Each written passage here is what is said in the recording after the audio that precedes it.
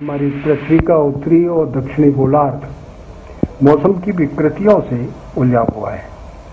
एक तरफ जहाँ दक्षिणी गोलार्ध में इस समय सर्दी का मौसम चल रहा है, न्यूजीलैंड के उन इलाकों में जहाँ कभी बर्फ नहीं गिरती थी वहाँ बर्फ गिर रही है, और उधर कनाडा में जहाँ साल में 9 महीने बर्फ जमी रहती थी, वहाँ इस समय इतनी भीषण गर्मी आ रही है कि हम कल्पना भी नहीं कर सकते। तापमान 50 डिग्री सेल्सियस को भी क्रॉस करने की चेष्टा कर रहा है।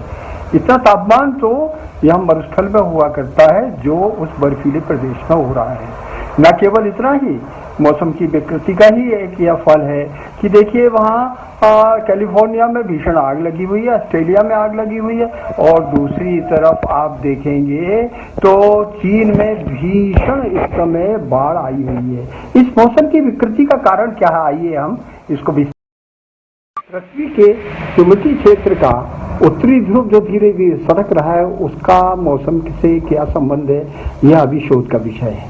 पर एक चीज अपनी जगह और भी बहुत महत्वपूर्ण है, वह है समुद्र में जो पानी भाप बन के उड़ता है, उसका असली कारण होता है फाइटोप्लैंक्टोनिक एल्गी। एक शैवाल होती है जो कि टूटकर क्लाउड कंडेंसेशन न्यूक्लियस बनाता है, और इस समय चूंकि वो शैवाल लगभग बहुत सी खत्म हो चुकी है, उसका एकमात्र कारण है समुद्र में जो प्लास्टिक का प्रदूषण हो रहा है। प्लास्टिक के पार्टिकल्स समुद्र की सतह पर तैर रहे हैं, उनके कारण फाइटोप्लैंक्टोनिक एल्गी विकृत अवस्था में आ चुकी है। यही एक कारण है, कहीं तो अधिक पानी आ रहा है, कहीं कम पानी आ रहा है। यह वैज्ञानिकों नया सोच, नए शोध का विषय है, पर इतना सुनिश्चित है कि इस समय धरती जो कुछ स्थिति फेस कर रही है, उसके लिए हम मानव सभ्यता को अभ्यस्त होना ही पड़ेगा। दुनिया के ज्यादातर वैज्ञानिकों का विचार है कि मौसम में जो अद्वितीय परिवर्तन आ रहे हैं, विस्मयकारी परिवर्तन आ रहे हैं, उसका कारण ग्लोबल वार्मिंग है। यह भी एक महत्वपूर्ण कारण हो सकता है। क्यों कि एंटार्क्टिका में जो बर्फ की चट्टानें पिघल रही हैं, टूट रही हैं, पहाड़ के पहाड़ समुद्र में बह रहे हैं, इसी तरह से उत्तरी ध्रुव की बर्फ भी जो है इस समय चटक रही है। वहां पर धीरे धीरे बर्फ पिघलकर समुद्र के पानी में मिलती जा रही है।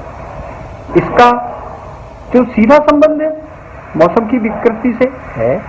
ज्वालामुखी भी फूट रहे हैं इस समय, जो कि सामान्यतः इस समय बहुत कम फूटा करते हैं। और इतना ही नहीं, यह जो अल निनो और अल निना नाम की जो प्रभाव हुआ करते हैं दक्षिण के प्रशांत महासागर में तापमान की विकृतियों का, वह भी एक मौसम को प्रभावित। ग्लोबल वार्मिंग, अल निनो, अल नीना, इनके कारण जो मौसम में परिवर्तन हुआ करते हैं वो इतने भयावह नहीं होते जितने इस समय हो रहे हैं। यह माना कि इस समय सोलर साइकिल 25वां प्रारंभ हो चुका है, लेकिन पिछले 24 साइकिलों में भी कभी इस तरह की विकृति नहीं देखी गई।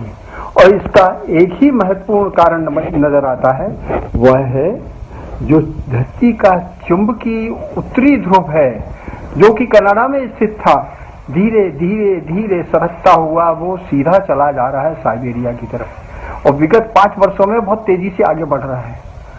इसके कारण यह भी अनुमान है कि धरती की जो धुरी है, घूमने की एक्सिस है, वो भी धीरे धीरे चेंज हो रही है। और इसका सबका एकमात्र कारण है धरती के भीतर होने वाले परिवर्तनों का। और यह एक महत्वपूर्ण एक मुद्दा है जिससे हम सोच सकते हैं कि मौसम में अचानक तेजी से विकृति आ रही है। वेब दुनिया की सभी से अपील है कि भीड़ भाड़ से बचें, मास्क पहने व सैनिटाइजर का इस्तेमाल करें, साथ ही सोशल डिस्टेंसिंग का पूरा पालन करें।